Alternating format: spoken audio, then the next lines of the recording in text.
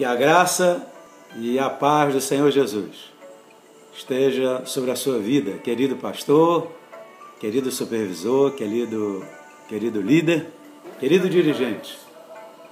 Que a paz gloriosa de nosso Senhor e Salvador Jesus Cristo esteja sobre a sua vida, sobre a sua casa e sobre a sua família. Estamos em pleno ano de 2013, mês de abril, e nosso tema é a consolidação.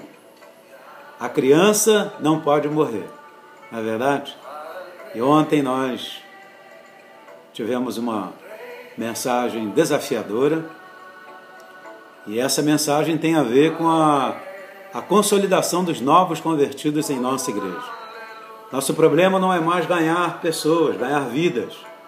Nosso problema, nosso desafio, grande desafio, é consolidar bem essas pessoas no reino de Deus. Porque o nosso Senhor criou cada pessoa com um grande potencial, um tremendo potencial. Assim como Moisés e Jesus, essas duas crianças indefesas. No caso de Moisés, o rei Herodes queria matar, e realmente ele mandou matar todas as crianças naquela época, porque sabia-se de uma movimentação que o nosso Senhor queria levantar um líder para conduzir o povo até a terra prometida. E havia essa movimentação no mundo espiritual, não é verdade? E nos dias do nosso Senhor Jesus, né, o Herodes, ameaçado pela promessa de que o novo rei, e é o nosso rei Jesus, ia nascer, ele inquiriu acerca dos reis magos: onde está o menino? Eu quero adorá-lo também. Mentira! Na verdade, o rei Herodes queria matar o menino Jesus. O que seria da história do judaísmo sem Moisés? O que seria da história do cristianismo sem o Senhor Jesus? E é essa palavra que nós queremos compartilhar com você.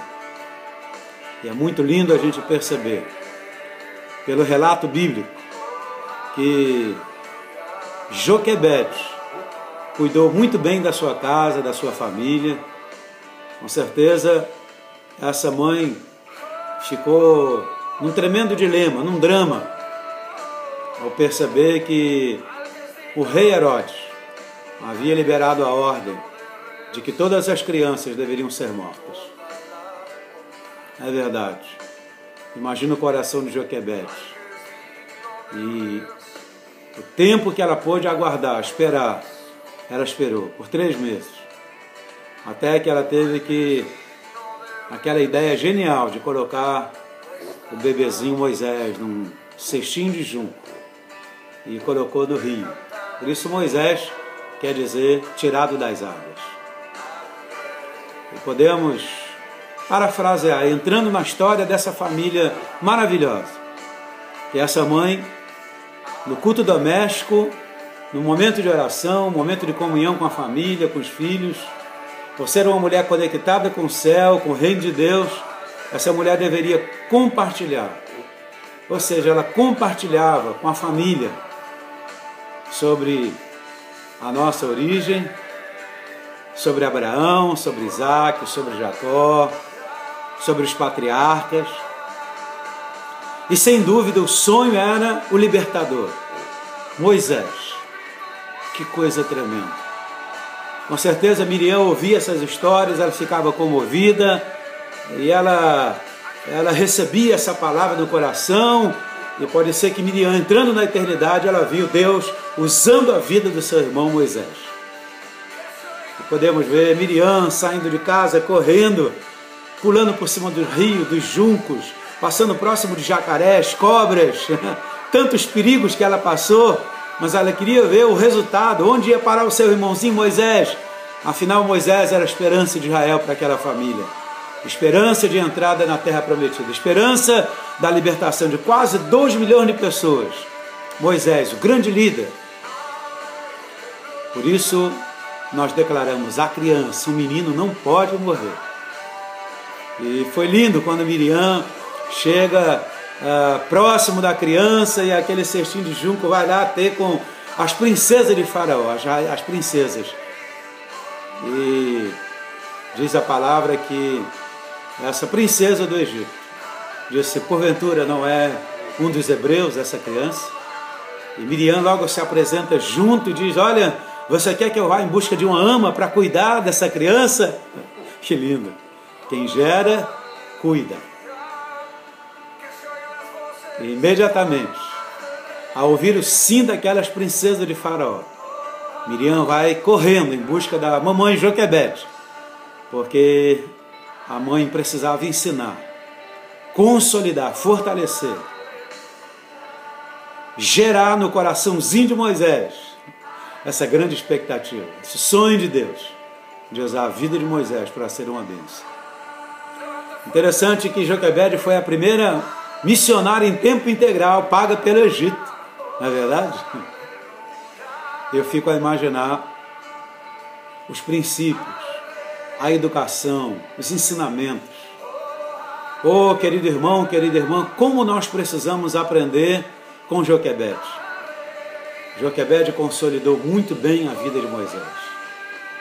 Joquebede foi uma professora, foi uma mãe, cuidou, fortaleceu, consolidou, firmou a vida de Moisés. Deve ter contado histórias lindas, histórias emocionantes. Deve ter contado tudo sobre a história de Abraão.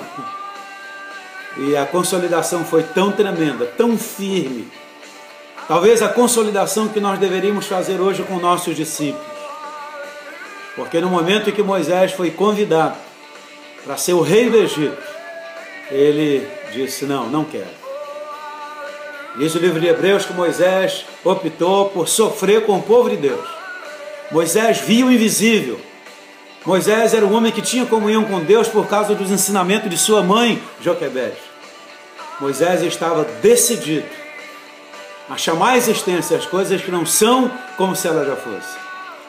Moisés estava decidido a sofrer com o povo de Deus do que ser o rei da maior potência daquela época. Imagina, quando nós consolidamos nossos discípulos, quando nós firmamos a vida deles, eles vão receber várias ofertas do sistema do mundo. Satanás vai oferecer vários pratos a eles, mas uma vez que eles foram consolidados, firmados, assim como Joquebede firmou e consolidou a vida de Moisés, nossos discípulos também vão dizer não ao sistema do mundo.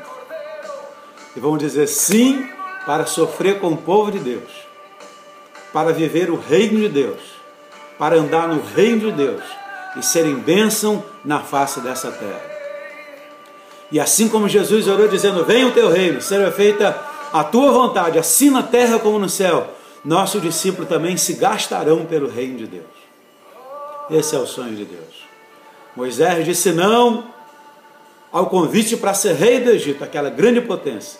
Nossos discípulos também, uma vez consolidados, firmados em Deus, na palavra, no reino de Deus, dirão não ao mundo, não ao sistema do mundo, não ao Egito, não às oferendas e às ofertas que podem remover-nos dessa grande jornada de fé.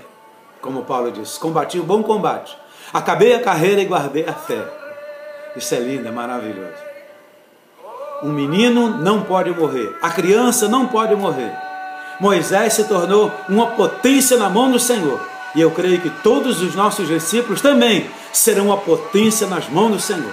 O Senhor te abençoe, o Senhor te guarde. Que você seja como aquelas parteiras lá do Egito, que temeram ao Senhor, temeram a Deus, atrai a bênção de Deus sobre nós. As parteiras temeram a Deus, não obedeceram à ordem do rei do Egito. Disseram não à ordem do rei do Egito, que é uma figura da ordem de Satanás. E porque elas temeram ao Senhor, Deus lhes fez muito bem. E aquelas parteiras geraram famílias. Consolidar, meu irmão, minha irmã, é uma questão de temor ao Senhor, que é o princípio de toda a sabedoria.